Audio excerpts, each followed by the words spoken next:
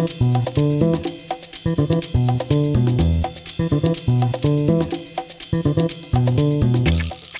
everyone, and welcome to another episode of our podcast. My name is Kasia Baldus, and I'm here with President of IRA Club, Dennis Blitz. Hello. And we have a very special episode for you. So oftentimes when we talk to clients or people that we meet on the road, we travel a lot and do various events where we educate folks about self-directing, investment ideas, retirement funds. We often hear the question, I'm just getting started, or my IRA isn't very big. What can I do with those funds, or how can I jumpstart this IRA in order to take advantage of all of the tax-sheltered benefits that come with a self-directed IRA? So one thing that I wanted to mention is for this year, for 2025, the IRA contribution limit is $7,000 if you are age 49 or younger, and it's $8,000 if you are over the age of 50. So whether you have a current 401k at your job or 403b, 457, TSP, you could also start an IRA, whether that's a traditional or a Roth.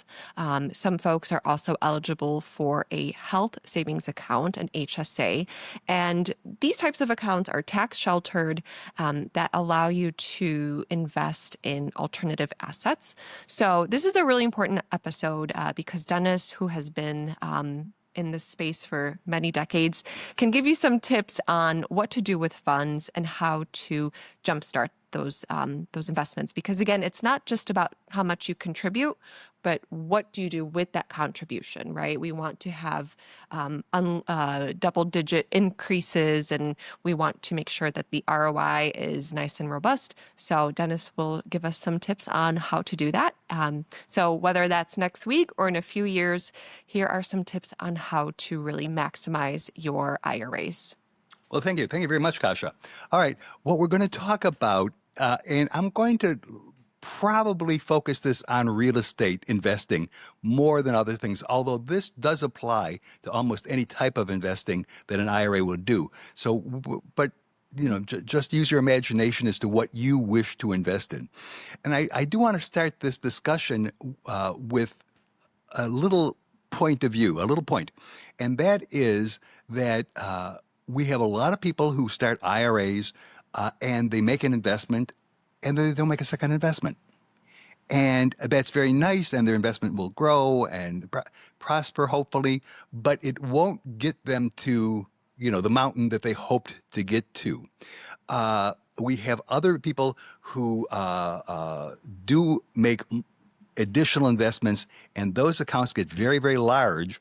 And we have multi-million-dollar accounts because of it. And I just want to talk about the people who have those accounts. Those accounts those account holders have something in common.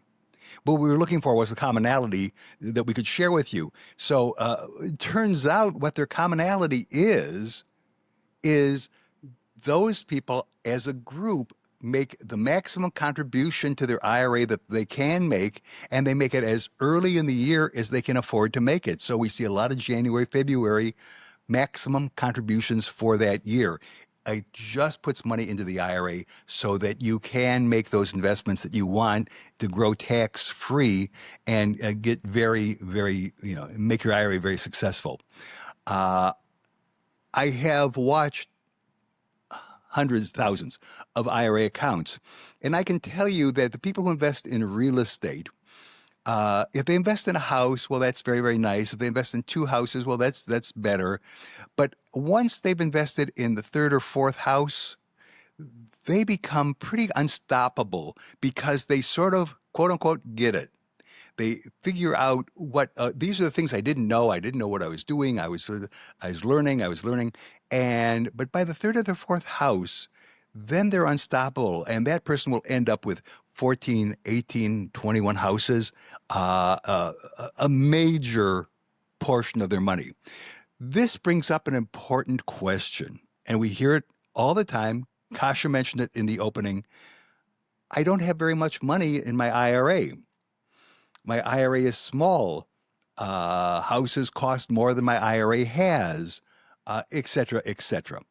Well, here's what we're going to talk about. We're going to talk about how to make an investment, how your IRA can make an investment that it can't afford, how your IRA can make an investment that is beyond its internal capital. And that's the discussion for today. It's an important discussion because once you get the hang of this, you are on the path to those 12, 15, 18 houses. Okay, so let's talk about the first thing. The first way, and there are three ways, by the way. The first way to do it is partnering. Many people don't realize their IRA can partner.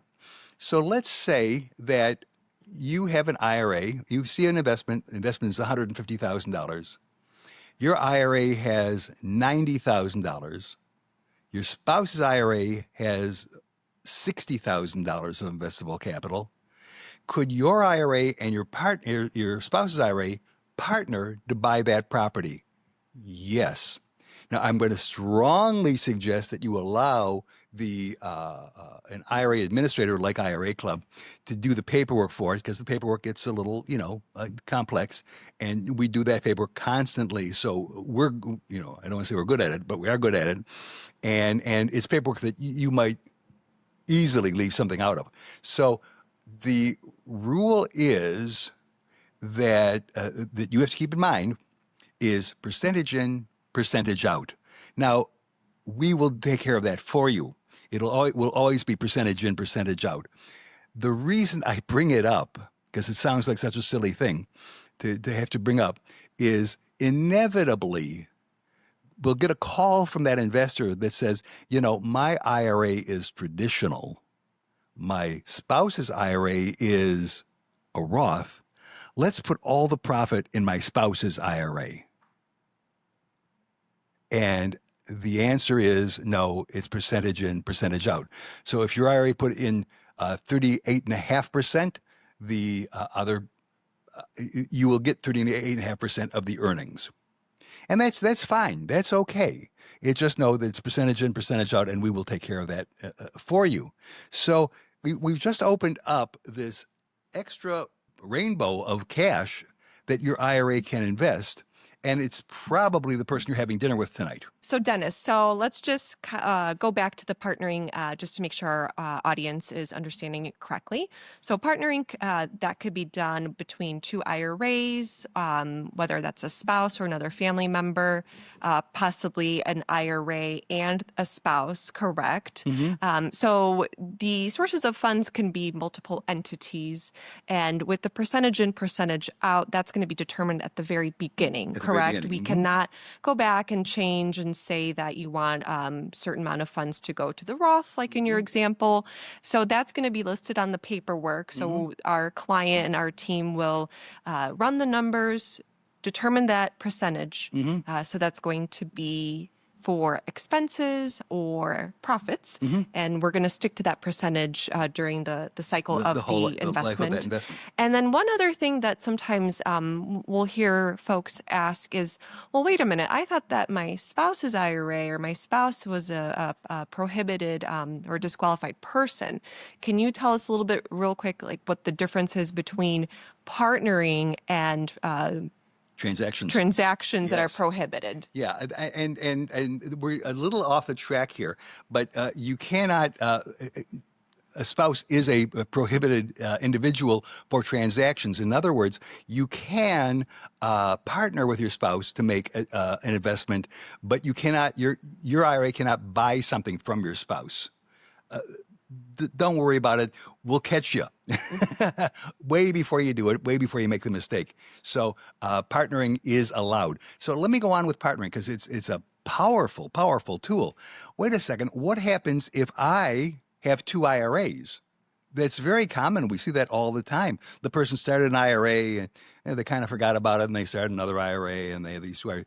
Can my two IRAs partner? And yes, percentage in, percentage out.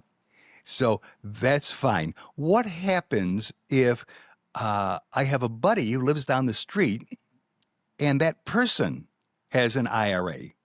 Can my IRA and that person's IRA partner in a transaction? Yeah. And that's a very powerful tool. Now, I'm just going to give you a little note on that topic. Every now and then we'll get somebody who has heard about this, understands this, and says, "We're going to have some partners, and they're going to partner into this deal." We say, "Who are the partners?" And the person gives us a list of 11 people, 11 IRAs that are partnering, and I kind of discourage that because 11 people are not going to agree perpetually. So let's, you and a buddy, two buddies, terrific. And I strongly recommend it. And it gets you into investments that you couldn't have gotten into, very reasonable costs. Both parties, both IRAs or multiple IRAs, are getting the same tax treatment. So we're in good shape. All right, let's go on to next one is syndications. Your IRA can invest in a syndication. Syndications have terrific advantages. They also have some disadvantages, and we'll talk about them. So if you would like to invest in a real estate syndication, there are many, many fine ones out there. When maybe you went to an event and you heard somebody say, "Well, I've got this syndication we're doing, and we're going to build this apartment building in Dallas, and it's going to be wonderful," and la da da. And you say, "You know what? I want to invest in that. You don't. What you want, you think you want to invest in it. What you want is a lot more information. So find that syndicator and sit down with them and start asking questions. And you ask that syndicator every question that you can think of. And tomorrow you're going to have more questions. Call that person up and ask them those questions, because that syndicator is really the person in charge of your dollars. If you want to invest in the syndication, let's say I said an apartment building in Dallas, and I'm going to put in X dollars, who is going to pick where the property, where that apartment building is going to be? Dallas is a big place. The syndicator is going to pick it. Who is going to decide how big or small the project will be? The syndicator will decide it. Who's going to decide if there's going to be any commercial property in there, or is it all going to be residential? The syndicator will decide it. Who's going to select the contractor who's going to build the building? Who's going to select the architect who's going to draw the building? It's the syndicator. The syndicator. Who's going to select the leasing company that's going to lease up the building? The syndicator. The syndicator really is the central figure. And I unfortunately see people investing with syndicators who they just, well, he's building a building in Dallas, and it seemed like a good idea. And they don't know anything else. The other thing the syndicators do is syndicators don't work for free. Syndicators charge for their service. And you better understand that charge, shouldn't you? How is that charge computed? Do the investors get 80% of the income and the syndicator gets 20% of the income? Does the syndicator get a certain amount of money no matter what happens, good or bad? I want to know that. For me, I have no problem if a syndicator wants a piece of the action. But when he wants a guarantee, well, I have a little concern on that. So you want to know exactly how the syndicator is being paid. The next question that you want to ask is to the syndicator, and this is an important question, is how often are you going to communicate with the investors?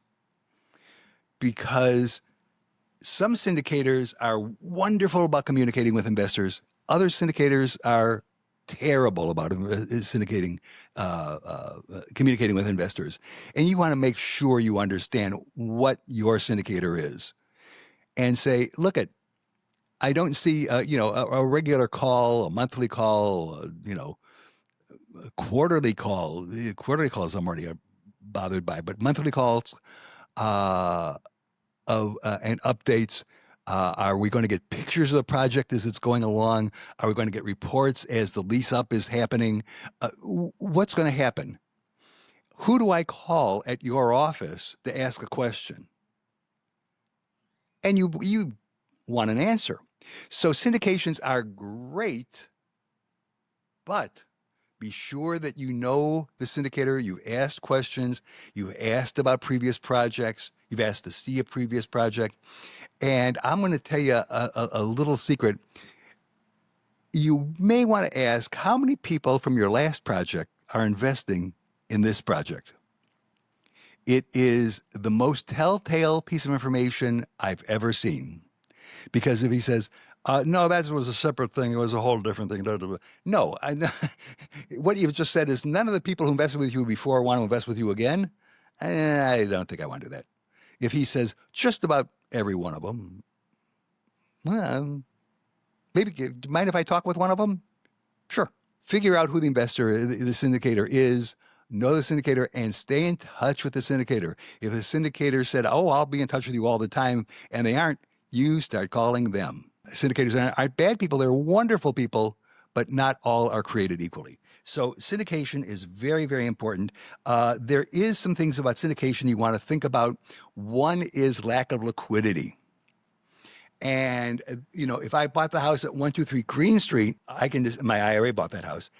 I can decide to sell it. I don't want to have that house anymore. But if I'm in a syndication, it's very difficult to sell a piece of a project. You want to know that this is something I want to be in probably for a long haul.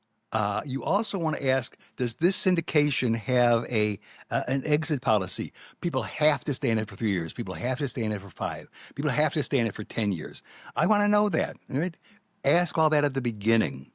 And one last thing, there's one person that I don't ever want to see invest in a syndication. And sometimes I can figure that out while we're talking, but most times I can't. And that is, there are some people who need to be in charge. It's just in their bones. They need to be in charge.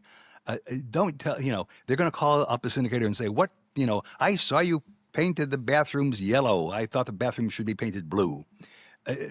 If that's you, don't go into a syndication, because that's the job of the syndicator, and it's going to be what it is. So with the syndication deals, we have seen a lot of our investors invest in syndication. So to recap, we want to make sure that the client, the investor, potential future investor, is able to get their questions answered, make sure that there is a game plan for communication updates, and just having a go-to person if there are more questions that come up. Mm-hmm. And then just making sure that the investor understands what the timeline looks like. When can I take funds out? If I need to take funds out early, what would that conversation look like? And one thing that we often see is that if there is someone who is letting the investor know that they need funds right away, and they're not really taking the time to answer those questions, that could be a red flag too, right? And sometimes it's not important what the pitch deck looks like, but just having that honest, genuine conversation is more important than what the pamphlet looks like. I'm glad you put in one of those points. Anybody who is a syndicator and they need the money now is not getting my money, okay? And shouldn't be getting yours either, because good syndicators are very organized people, and they don't have these sudden things that came up.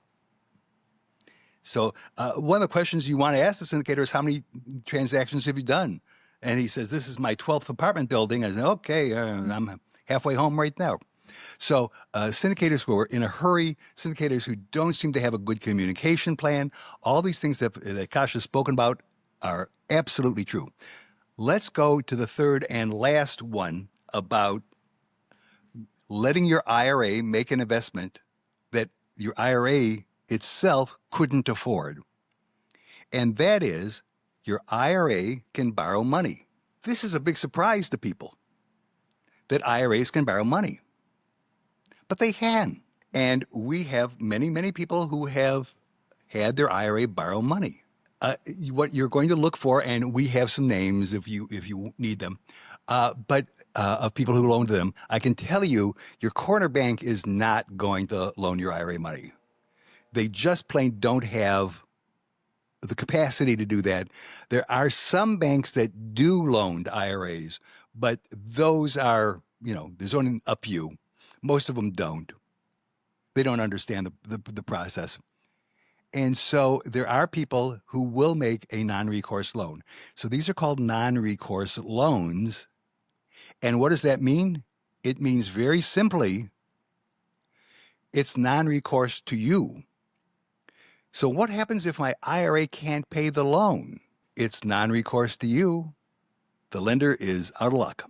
So what does the lender want to be sure of? He wants to be sure that this is a rational plan. You've thought this through. You know you're buying the property for X.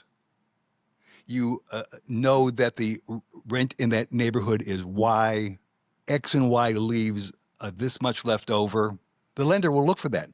Many lenders will look for or ask you for an appraisal on the property. Oh, I've got this property in Toledo, and it's worth $300,000, and I want to I want to loan money on that. First thing I'm going to ask for is, wait a minute. Let me see an appraisal. We get the appraisal back, and it's $110,000. So people lie. So they'll want an appraisal in many cases, not in every case, but in many cases, they want an appraisal. They'll want to know what you're going to rent it for. They're really going to want to know your little business plan for this property. And then they're going to next want the key thing that all lenders know. They'll want a big down payment because they know the more money that your IRA has in this, the safer they are. And don't expect to say, okay, I'll put down 20% and I'll borrow 80%. This is not your residence. Expect to see a loan to value ratio maybe 50%, maybe 40%. So in other words, you really have most of the money in this project. I'm just getting you to the point that you can actually do the project. So you'll see a large down payment. How long of a period will you see the loans for? Well, I want a 30-year mortgage. These guys do not want a 30-year mortgage. So are we talking 5 years? Are we talking 7 years? Do the numbers make sense that you can pay it off in 5 or 7 or 9 years? The money will be loaned to the IRA and not to you. If the IRA can't make the payments, you are not responsible. It's a non-recourse loan. Now, there's the problem of taxation. Wait a minute. The government says that we don't pay income tax on investments that the IRA makes. And here they're going to say, okay, wait a second.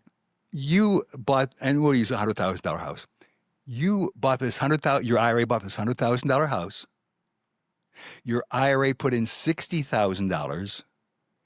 Your IRA borrowed $40,000. So on the earnings generated by the $60,000, that goes back into the IRA, just as it normally would, no income tax, wonderful. But on that $40,000, that wasn't IRA money. It's the IRA money that gets the tax break. And so there will be income tax. The tax is called UBIT. The UBIT tax rate is the normal income tax rate, and it's based on that project, not on all of your income. So it's low. And the IRA will pay that tax. You will have a CPA fill out the UBIT form for you, a professional, and we will help them with all the data that they need. But there will be tax. Now, so let's see. I bought $100,000, or my IRA bought a $100,000 house. My IRA put in 60. My IRA borrowed 40. 40% of the income is taxable. Who pays the tax? Do you pay the tax? No, the IRA pays the tax. Will the tax amount be the same next year? Probably not. We hope not. Why? Because right now, your IRA has paid down the loan amount a little bit, and maybe there has been some inflation, and maybe the house has gone up a little bit, so that house is now maybe worth not $100,000, it's worth $105,000. And the loan outstanding is not 40,000. The loan outstanding now is 36,000. So the percentage of that money that was earned is smaller. And it will continue to get smaller and get smaller and get smaller until it just goes away. And then all the money belongs to the IRA. And this is not an uncommon way to start if I want to end up with 12, 13, or 14 houses, because I might buy 3 houses and my IRA can afford 2, and that third one, well, I use some borrowed money. So there are 3 ways for your IRA to invest beyond its means. Partnering, and we saw that can be very, very flexible. Spouse, family member, neighbor, buddy. We've seen syndication. I want to understand the syndicator, know the syndicator. Good syndicators are worth their weight in gold, and bad syndicators are worth their weight in, you fill in the blank. And borrowing. Don't think that borrowing is this crazy idea for an IRA, because it's done every day. Okay, Dennis, thank you so much for those wonderful tips. So my takeaway was that smart investors contribute early in the year to get more funds into their IRA. That way they can go ahead and make that investment. It's also really important to run the numbers, whether you're going to partner or perhaps your IRA is going to take a non-recourse loan. There might be some UBIT, but we do have great tools on our website where we have UBIT calculators and different resources that our listeners can take a look at. And then just importantly, as we always say, invest in what you know so you can ask the right questions. So whether that is a single family home, a syndication, we want to make sure that the investor is asking all the right questions before they go ahead and make that investment. So thank you so much for your insight. And if you have any questions, feel free to reach out to our team. We do have a wonderful compliance team here at IRA Club that could go ahead and answer some of your questions, and you could run that investment idea by us, and we can hopefully give that listener some tips before they go ahead and pull the trigger with their self-directed IRA investment. But thank you so much for joining us on our podcast. Thank you, Dennis, for being here. And for more information, please visit us at www.iraclub.com/podcast, where you can find great resources, Dennis's free ebook, and some of these great tips and strategies to help you invest for your future. Thanks again. The information contained herein is intended to help the viewer successfully navigate common IRS and Department of Labor requirements to help achieve successful results from their IRA. The information is not intended to replace information from your legal counsel or income tax professional. IRA Club does not offer or sell any investment. All investments have risk.